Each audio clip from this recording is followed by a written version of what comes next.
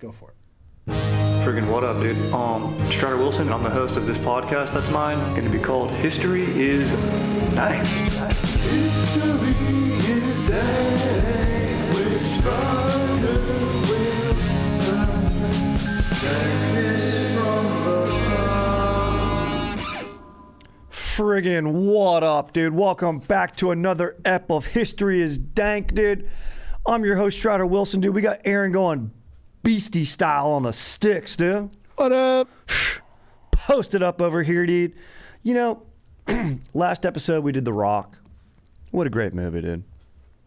VX gas, nerve agent. That's right. Is it the VX? VX, yeah. VX nerve agent. What a great movie. You know, and I thought about it and I was like, my bros have been pressuring me to watch Sopranos. I haven't done it. It just feels like a lot. It's a big undertaking to invest in that much content, even though they say it's one of the greatest shows of all time. Have you seen it? I watched it when it originally aired, but I've never revisited. I don't really care to. Yeah, but you've seen it. I've seen it. It was good. I got it. It's fine. I don't know. I'm not mob that big into therapy. mob stuff. That's the big division I have with most people is I'm not that into the mafia. I don't really care. Are you a not a Godfather guy either? I only really like the first one. I've only seen. I should watch The Godfathers all the way through. Also, a big investment. It's like 6 hours if you watch them all. Maybe It's more 9 than hours. that. It's like Lord of the Rings. Yeah, but dude, Lord of the Rings, so sick. Yeah. So I was thinking about this VX nerve agent. There's no Frodo, but the's Fredo. Yeah, dude, it's either Frodo or Fredo, bro. Get yourself some Froyo and post up and watch some Frodo or Fredo. Fredo. Yeah, I've only seen like part of number 2 at Tahoe. I was just fired up there in Tahoe for that wedding, dude. Sick ass. Yeah, that's how it opens. And then I was like, you know, what else is going on? Nerve agent. What's real and terrifying? Like, what's real like that? And it's just nuclear stuff. And then I was talking about little series to watch. And you know what series I revisited, which was so sick? The Chernobyl series. Oh, yeah, it's great.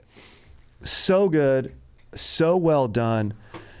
And like they get a lot of the details right. It's unbelievably well acted. The dude, who's the main dude in it? Valery Legasov. Yeah, but you mean the actor? Jason Harris? Yeah, Jared Harris. Jared Harris. Yeah, he plays, Valery Legasov. Yeah, that's right. You got a Skarsgård in there, dude. You always got to have Stellan Skarsgård posted up in there, dude. Yeah. Dude, you got Hermione in there, dude? No, you don't. No. No, I thought you had Hermione in there. You got someone, you got Emily Watson. I was looking at the names here. That's Emma Watson, dude. They should have had Hermione in there, dude. I mean, dude, the way these scientists were pulling off chemicals and boron, dude, it's like they're magicians, you know? Of course. But I was like, dude, let's talk about Chernobyl. It's a bummer. It's sort of enraging. It's one of these things that goes on where you're like, dude, people are doing this and if you screw up, it affects like everyone. Like that screw up affected the whole globe. Yeah. Like this nuclear, it was the biggest, if you don't know what I'm talking about, this happened evening of April 27th, 1986. There still is fallout, but if you look at like videos today, like there's some nature there now. It's still an abandoned city because the radioactivity. If you hung out there for a long time, you'd be really in bad shape. You would not be happy. And dude, we're going to get into it today of like the shifts that these people, liquidators is what they called them. But we're also going to be highlighting Vladimir Pravik. He was like the first responder there, the first fire captain to go there.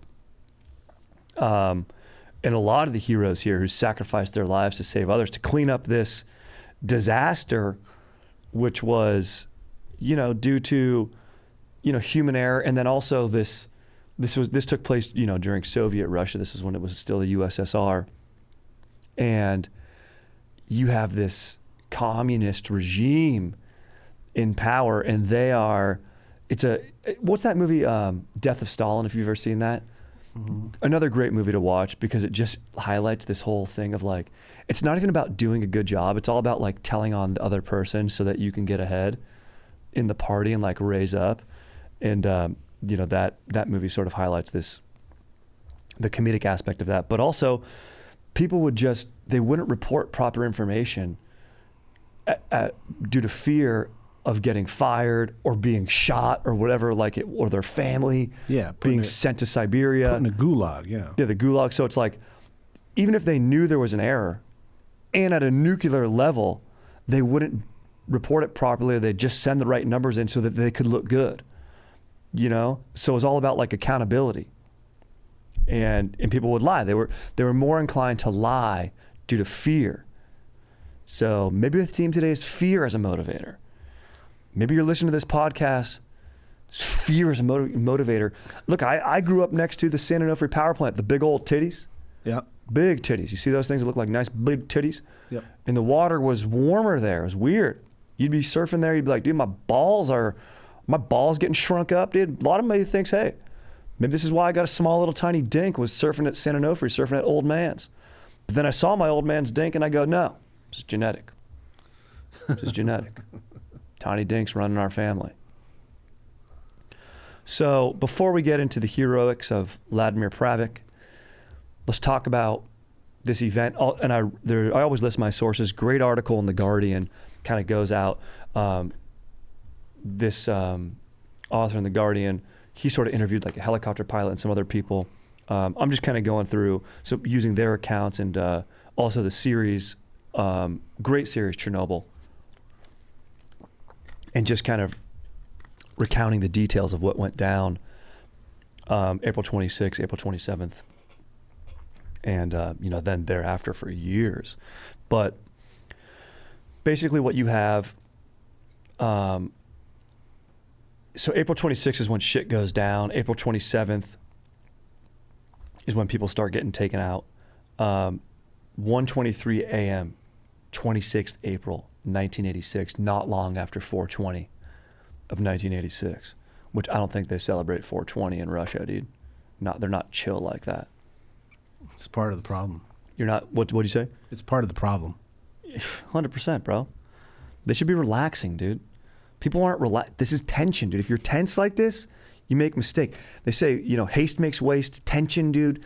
If you're too afraid, you got to be loose, baby. It's like sports. You got to be loose. You got to go out there. You got to not be thinking, just doing. Everyone's overthinking. Everyone's thinking about themselves, thinking about covering their own butt. And what happens? A fucking reactor blows up, bro. Reactor number 4. Okay? Picture in your mind those big ass, massive, 114 feet, even bigger, multi-stories going up in the air, big old nuclear reactors. This thing blows up. So they go below ground. 3 kilometers from this town of Pripyat. It's the nearest town in the Soviet Republic of Ukraine, right? 50 tons of uranium fuel from the reactor core vaporize immediately. Anytime you hear the word vaporize, that's kind of why I thought about it, because they use that scene in The Rock when he covers Sean Connery's butt. Yeah. He's like, oh yeah, he vaporized. That can happen? Sure. Oh yeah. But it can. So it vaporizes and blasts. This explosion blasts into the atmosphere 70 tons of uranium, 900 tons of highly radioactive graphite are dispersed in the area around the reactor, starting more than 30 fires. 800 tons of graphite remained in the reactor core, caught fire at once, creating a radiological inferno that would burn for 10 days, sending a continuous plume of lethal radionuclides roiling into the sky. Of course, the Soviet government waits 3 full days, shady as F, before even acknowledging that an accident took place. The only reason they do acknowledge it is because nuclear power plants in Sweden start reading high radioactive levels, and they're like, everything's fine here. What the fuck's going on? So Sweden starts looking into this, and then the Russians are like, oh yeah, those are our particles. Sorry, everyone's could be poisoned. Probably is poisoned. These contaminants, which include plutonium isotopes with a half-life of 24,360 years, eventually travel around the globe. This is maddening, depositing radioactive particles as far away as the lakes of Japan and the hill farms of North Wales. So it's not like this short-lived incident. Like, it's heavily debated today what the fallout is from this disaster. And the worst part is you'll never get the right information from the Soviet government and the Russian government. You will never get it. I think today they only recognize that 19 people like officially, that's the best part, officially died because of the Chernobyl disaster. It's like, no, like hundreds of thousands of people died and their lives negatively affected because of, cancers and radioactive exposure.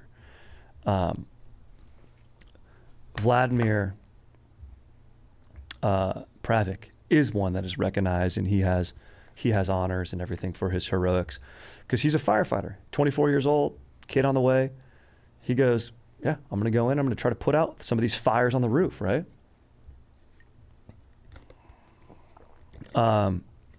That night, there were 176 operational staff on duty at the Chernobyl plant.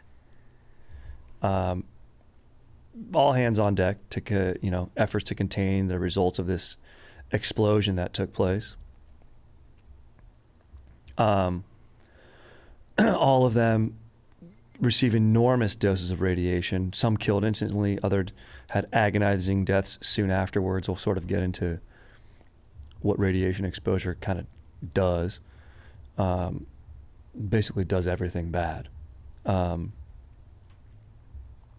Also, these doses received by the hundreds and thousands of liquidators, basically, military personnel. They would take them in as quote unquote volunteers. And it was like very gnarly what they would do to clear out all this radioactive material. There's a lot of myth, disinformation, controversy about this disaster, like I mentioned. And the Soviet state was, this was 86, 5 years later, it goes away, right? Yeah. So, with the long-term health effects, statistical debates, manipulation by the government, scientists, doctors around the world, everyone's got theories and stuff. People scattered across the Soviet Union were those, plumes of, what do we say, roiling plumes of radioactive materials, nucleotides, causing cancers, heart attacks, early deaths. Terrible. But a lot of people stepped up to keep it from being even worse. We're going to talk about that. So that night, Reactor 4 was due for a long postponed safety test to assess the system's ability to keep the reactor core cool in the event of a power cut. So reactor number 4, it's a 1,000 megawatt RBMK reactor. Okay? Don't know exactly what the hell that means, but it's big, it's powerful. It's composed of 1,660 10-meter long channels filled with uranium fuel. Okay, this thing's big. It's separated by 1,700 tons of moderating graphite arranged in 2,488 columns. The power of the reactor was regulated by 211 boron carbide controlled rods, okay, raised and lowered into the reactor core to modulate the rate of reaction. Boron's huge here, dude, okay?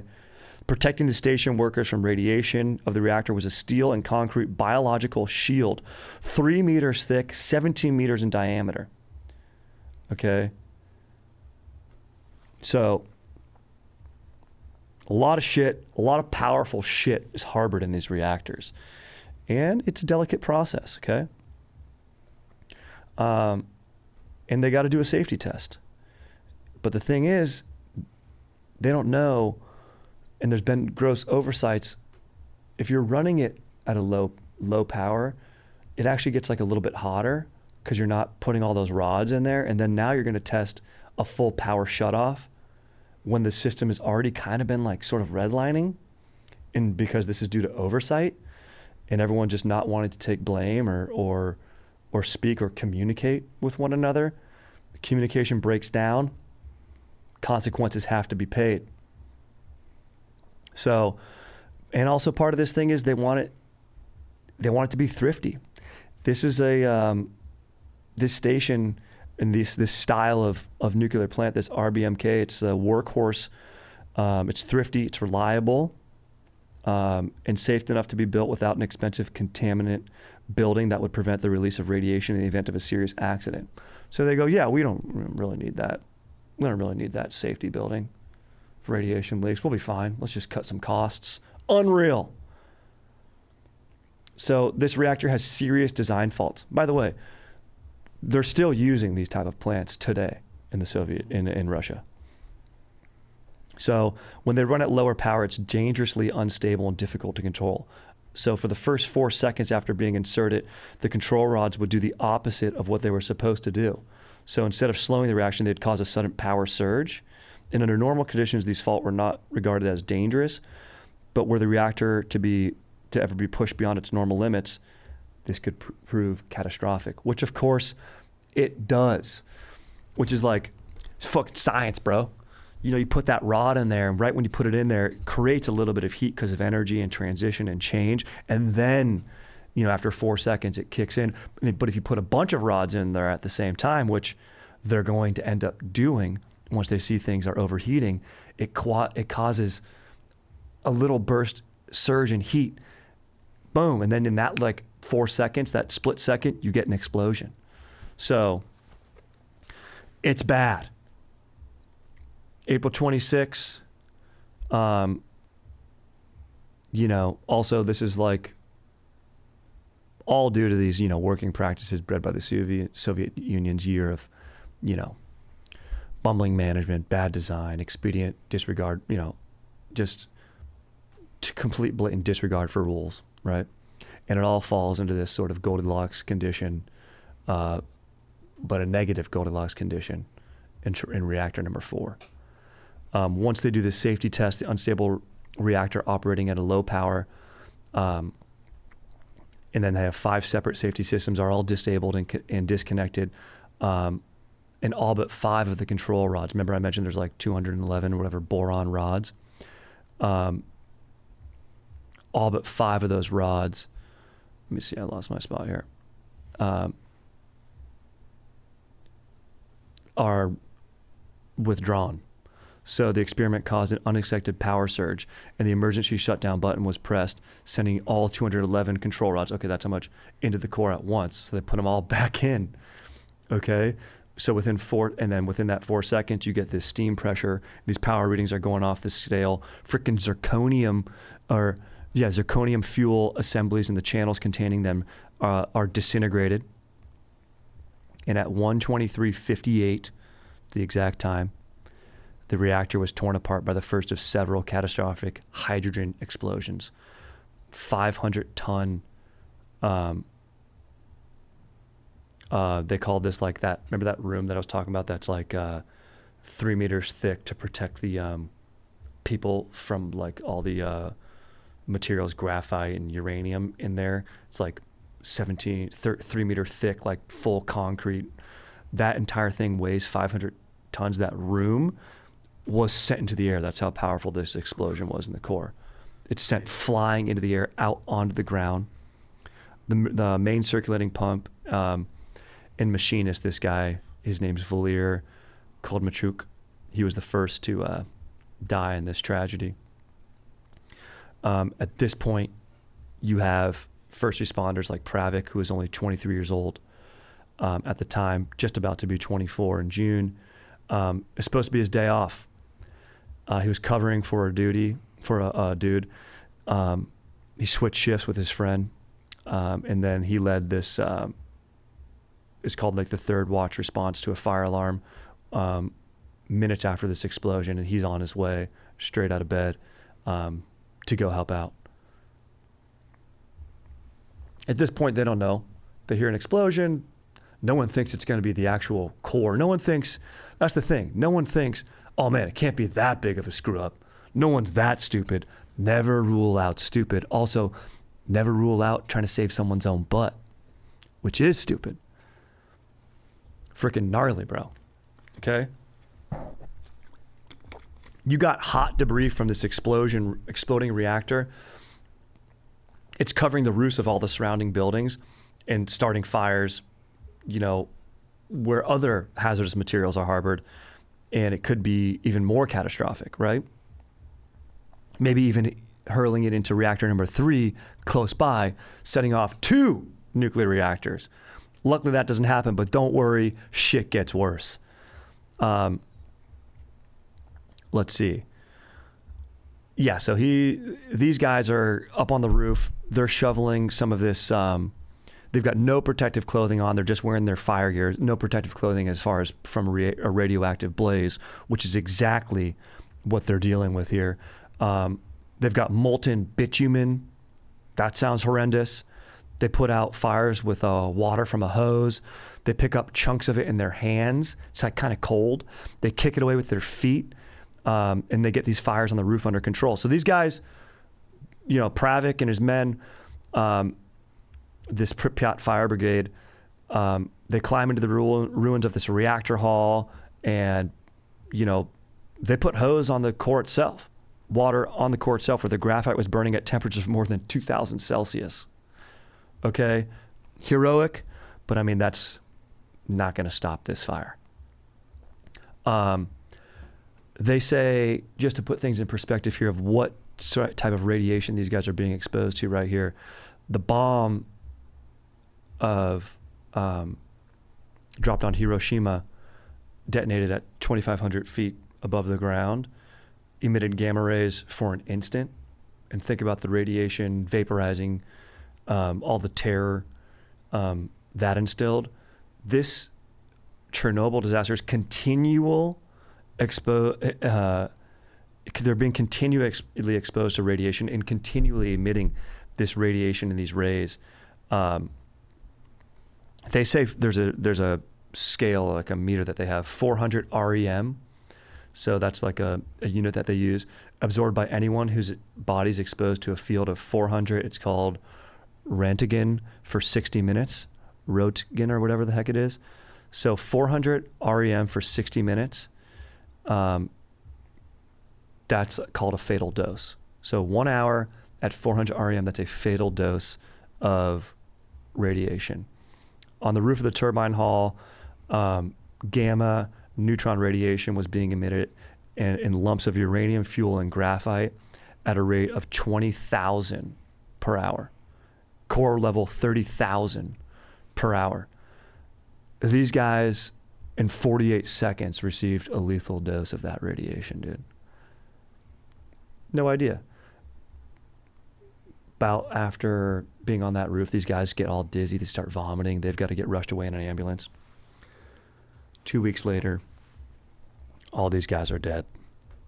Vladimir Pravik's eyes turned, like literally it changes, like, because it's on a cellular level, this radio that changes his eyes from brown to blue. Very gnarly. I don't want to get too far into how bad it is. It's a little bit grotesque. But their bodies had, because they're so radioactive, had to be buried in lead and zinc coffins.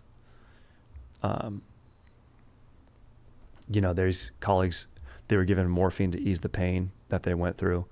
They did surgeries to try to save them. And they say that, Vladimir, he was asking about his colleagues. He was hoping they were okay the whole time, when he was able to speak. But then, this radioactivity literally shut down his body.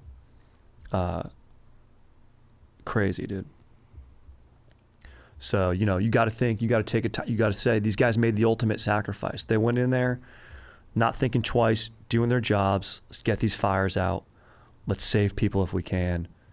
And that's the worst part about it, dude, is you have this shady ass Soviet government. And, these people at the plant, you can't say all of them are doing the wrong thing. Some people are just there doing their jobs, right? And are victims of this situation. And the worst part is because it's so, the science that's going on there and the fallout is just so massive. It's freaking such a bummer. So how did they end up getting the destructive fire out in the core temp from continually rising? Because it's not going to be done by any conventional fire mitigating means. But before we get into that, real quick, shout out to our sponsor. DraftKings Casino is bringing you only the best classics like blackjack, roulette, and slots, plus exclusive games you won't find anywhere else. Download the DraftKings Casino app now and use code DANK. New players get an instant deposit match up to $100 in casino credits when you deposit $5 or more. That's code DANK. Only on DraftKings Casino. The crown is yours. Gambling problem? Call 1-800-GAMBLER or visit www.1800gambler.net. In Connecticut, help is available for problem gambling. Call 888-789-7777 or visit ccpg.org.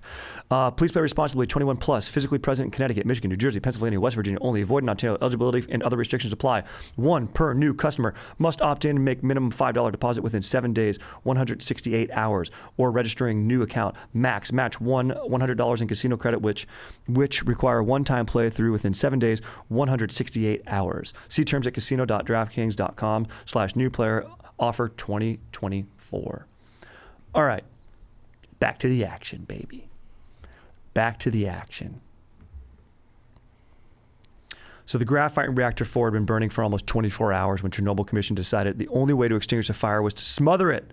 Science suggested sand, boron. This is a great episode in the Chernobyl series when they're like, dude, fucking boron, dude. And this guy's smoking a cigarette. It's badass, dude. Okay? Scientists can be badass. They can also fuck stuff up. They're not communicating right, okay? And dude, there's just the amount of stuff they're dropping here, like 4,000 tons. Just the magnitude of stuff, how heavy all these materials are. I'm like, where are you even getting this shit, dude? Where do you even find boron, dude? Miners, dude. Also a great series, heroic miners are going up there in shifts, exposing themselves. Literally, they're naked, going up there because it's hot. And they're like, look, we don't even have any gear. Nothing's going to save. Let's just go up there and get this graphite off the roof. It's going to save people's lives. They're just complete badasses.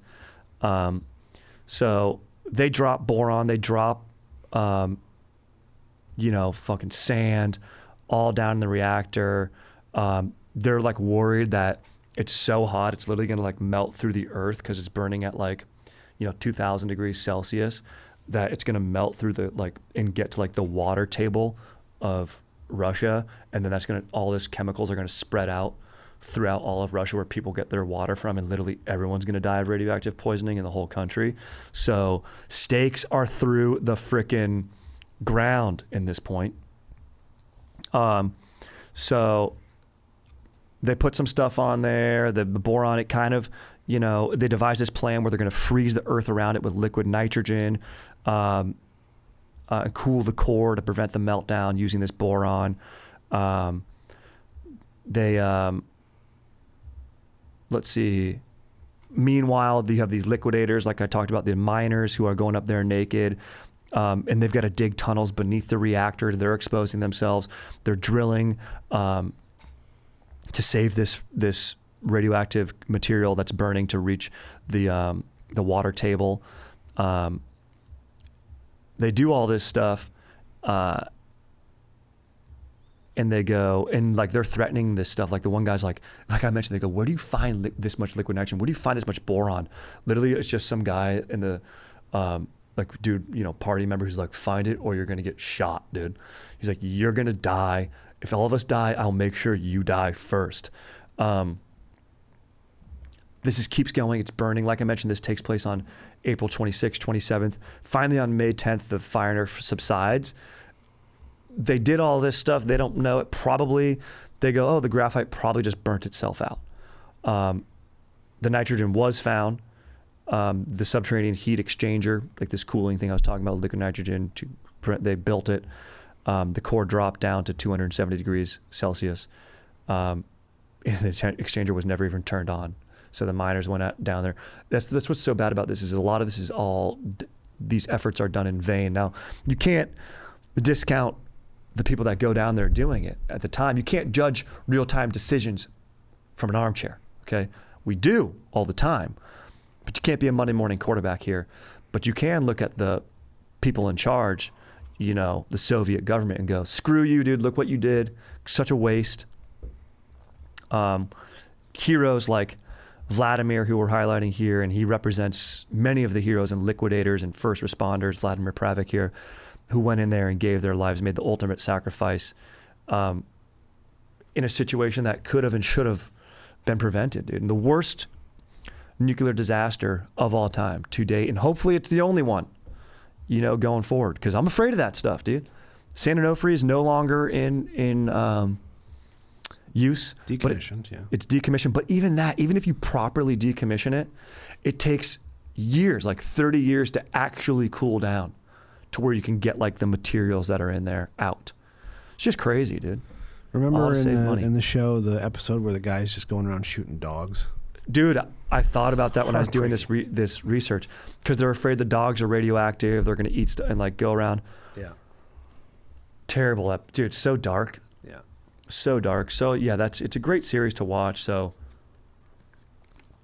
sorry to bum you out with this episode. This episode's sort of a bummer, dude. But you know what? That's history, dude. If we don't know it, we're doomed to repeat the mistakes.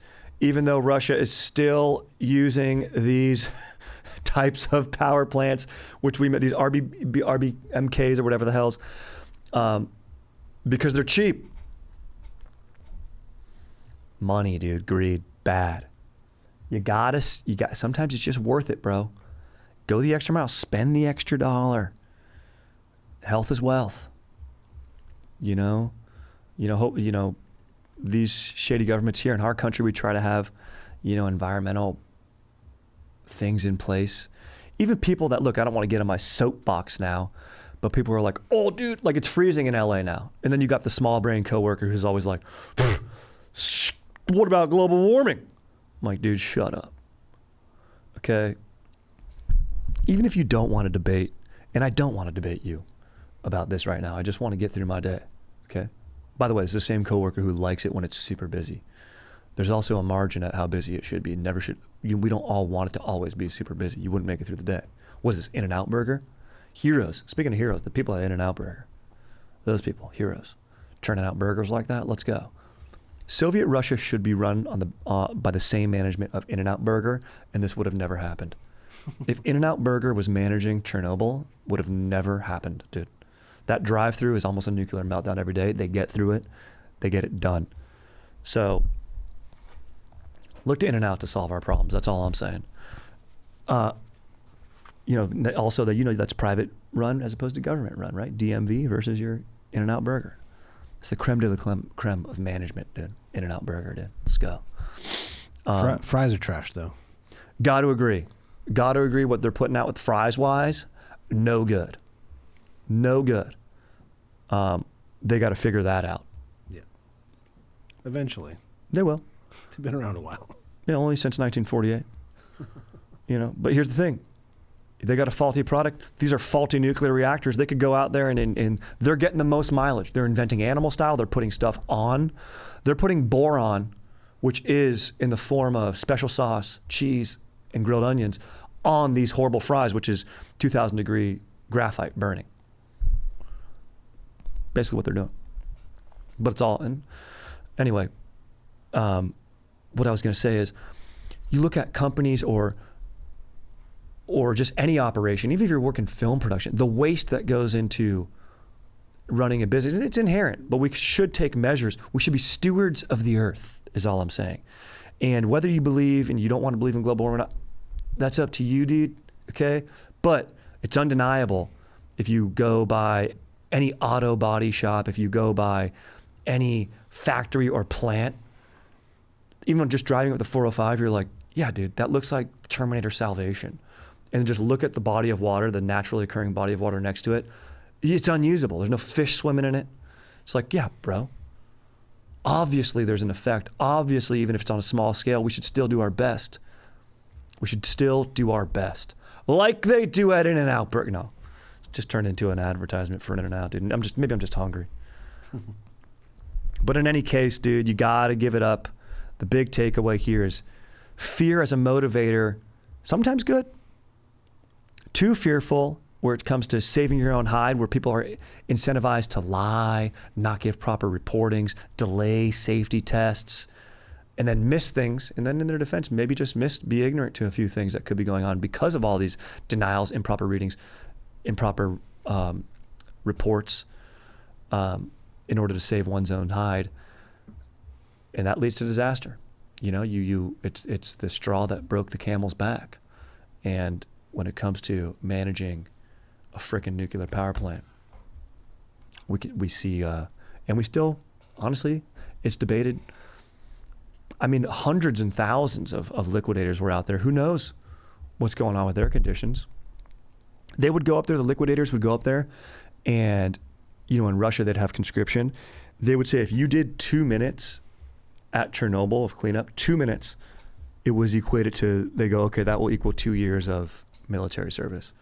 And people that wanted to go and live their lives, they go, well, yeah, I don't want to go into the military for 2 years. Screw that. The Cold War environment, who knows? Maybe we're going to drop actions. I'd rather just go up on that roof for 2 minutes, get it out of the way, and then, you know, maybe go find some weed and listen to some Bob Marley in Belarus or something, where I can maybe get some good ass weed in Belarus. Yeah. 100,000 people did that. Their story, you know, depends. Every body is different. Every body is going to react differently. You know, at that point, they would give you protective gear. Who knows how good it was?